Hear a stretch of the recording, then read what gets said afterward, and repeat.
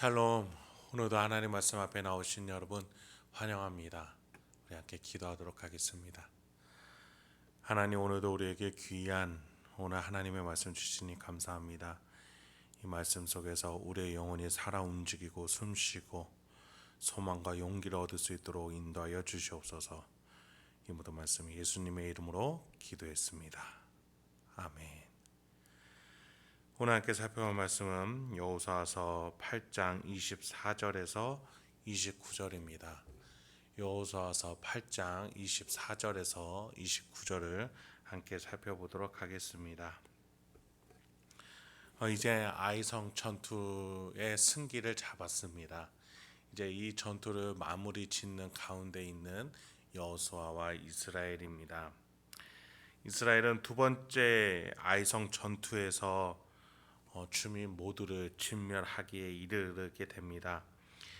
소유한 가축과 전리품 모두를 차지하고 아이성을 송두리째 불살랐습니다. 그리고 아이 왕의 시체를 나무에 매달고 해질 무렵에 내버렸습니다. 이스라엘은 아이성을 완전히 진멸시키라는 하나님의 명령을 끝까지 지켰습니다. 여호수아는 하나님께서 명령하신 사명이 완성될 때까지 잡고 있던 단창을 거두지 않는 모습도 보여줍니다. 이처럼 하나님의 말씀에 순종한 이스라엘 백성에게 하나님께서 승리를 선물로 주시는 장면이 오늘의 모습입니다. 이스라엘이 아이성 주민들과 전쟁할 때에 어떻게 행동했습니까? 24절부터 25절입니다. 이스라엘이 자기들을 광야로 추격하던 모든 아이 주민을 들에서 죽이되 그들을 다 칼날에 엎드러지게 하여 진멸하기를 마치고 온 이스라엘이 아이로 돌아와서 칼날로 죽임에 그날에 엎드러진 아이 사람들은 남녀가 모두 12,000명이라. 이스라엘 백성들이 이 아이성에 사람들을 진멸하는 데 있어서 하나님의 심판이라는 사실을 우리는 기억해야 되겠습니다. 이스라엘은 단순한 정복 전쟁을 하는 것이 아니라 하나님의 심판의 지팡이로서 이 성에 들어온 것입니다. 그런데 26절에 보니까 여호수아가 단창을 잡아 든 손을 거두지 아니하였다라고 본문은 기록해주고 있습니다. 이 장면은 아말렉 전투에서 모세가 지팡이 잡은 손을 들면 이스라엘이 이기고 지팡이 잡은 손을 내리면 패배했던 장면을 연상시킵니다. 하나님께서 아말렉 전투에서 군대 지휘관으로 여호수아를 세우셔서 아말렉을 진멸하는 데 앞장서게 하시고 전투의 방법을 보여주셨던 것처럼 우리는 연상이 됩니다. 여호수아는 아이성 전투에서도 완전한 승리의 순간까지 하나님의 변치 않는 도우심을 바라면서 단창을 지켜든 손을 내리지 않는 가운데 있는 것이죠.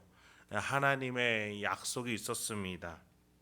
하나님이 대신 싸우시고 먼저 앞장서신다라는 그 믿음을 가지고 여호수아는 나아갔던 것입니다. 그런데 이스라엘이 아이성 전투에서 왕을 대하고 진멸하는 모습들, 이 심판이 너무나도 잔인한 것 같습니다. 그러나 하나님께서는 죄와의 전쟁으로 지금 오신 것이지 단순한 전쟁이 아니었습니다. 이 죄는 어찌 보면 추후에 이스라엘이 여호와께 범죄하게 하는 나중에 후환이 될 수도 있음을 우리는 계속해서 다뤄왔음을 우리는 알고 있습니다. 그래서 하나님은 이 죄에 대해서 안일하게 대처하지 않기를 바라는 마음으로 진멸을 명하셨던 것이죠. 우리는 우리의 삶을 이 본문 속에서 돌아보면서 나는 죄에 대해서 어떠한 자세를 가지고 있는가, 악에 대해서 나는 어떠한 심정과 가치관을 갖고 있는가 돌아볼 수 있었으면 좋겠습니다. 우리는 하나님의 명령 앞에서 어떠한 죄와 타협해서는 안 되겠습니다. 물론 우리가 죄로 말미암아 시험 들 수 있고 넘어질 수 있고 실수할 수 있습니다. 중요하고 분명한 것은 하나님 우선으로 살아가고자 하는 방향이고 결단이고 결심입니다. 그런 사람은 돌아오기 마련이고 회개하기 마련이고 어느샌가 그 죄를 떨쳐버리기 마련이기 때문입니다. 그래서 우리는 여호수아가 두 번째 같은 실수를 하지 않았던 이 회개의 장면, 하나님 앞에 다시 세워지는 이스라엘처럼 우리도 하나님 말씀 앞에 죄를 멀리하고 타협하지 않는 삶을 오늘 본문은 우리에게 교훈해 주고 있다는 사실을 기억해야겠습니다. 하나님께서 말씀하신 죄악을 완전히 진멸하는 여호수아와 이스라엘 백성의 승리를 보면서 우리가 안일하게 대응했던 모습이 있다면 회개할 수 있어야 하겠습니다. 27절, 28절로 이어집니다. 오직 그 성읍의 가축과 노력한 것은 여호와께서 여호수아에게 명령하신 대로 이스라엘이 탈취하였더라. 이에 여호수아가 아이를 불살라 그것으로 영원한 무더기를 만들었더니 오늘까지 황폐하였으며. 지금 우리가 읽는 본문은 8장입니다. 7장에서는 어떤 돌 무더기가 생겼었습니까? 바로 이스라엘 백성 중에 아간이라는 자가 여호와의 것을 탈취함으로써 그와 그의 소유된 모든 가족과 또 소유 가축들과 재물들을 다 돌로 사용을 시킨 돌 무더기가 이스라엘 가운데 있었습니다.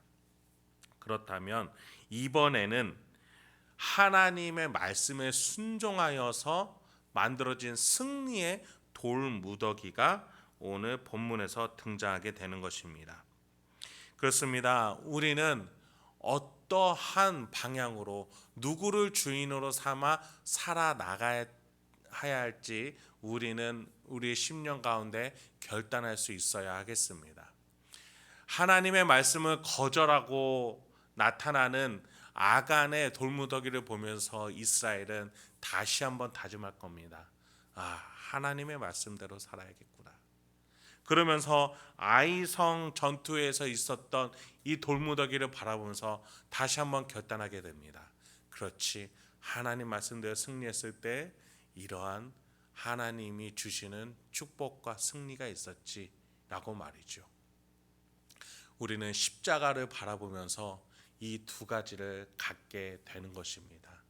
예수님의 십자가를 보면서 우리의 죄로 말미암아 우리가 하나님께 불순종함으로 말미암아 예수 그리스도가 저렇게 죽으셨구나. 내가 당해야 될 심판 날에 내가 받아야 될 그 심판을 예수가 받으셨구나. 내가 예수를 따르지 않는다면 죽어서 나도 그 심판 때에 오르게 될 것이다.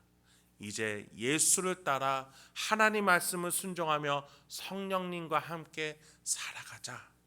우리는 그 십자가를 보며 그 두 가지의 결단을 하게 되는 것이죠. 이제 마지막 29절입니다. 그가 또 아이 왕을 저녁 때까지 나무에 달았다가 해질 때에 명령하여 그의 시체를 나무에서 내려 그 성문 어귀에 던지고 그 위에 돌로 큰 무더기를 쌓았더니 그것이 오늘까지 있더라.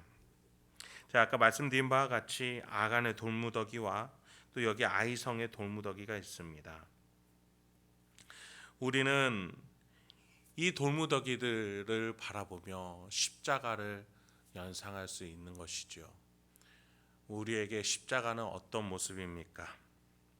우리의 왕 되신 그 주님께서 그 십자가에서 죽어주셨습니다. 우리의 죄를 사해 주셨습니다.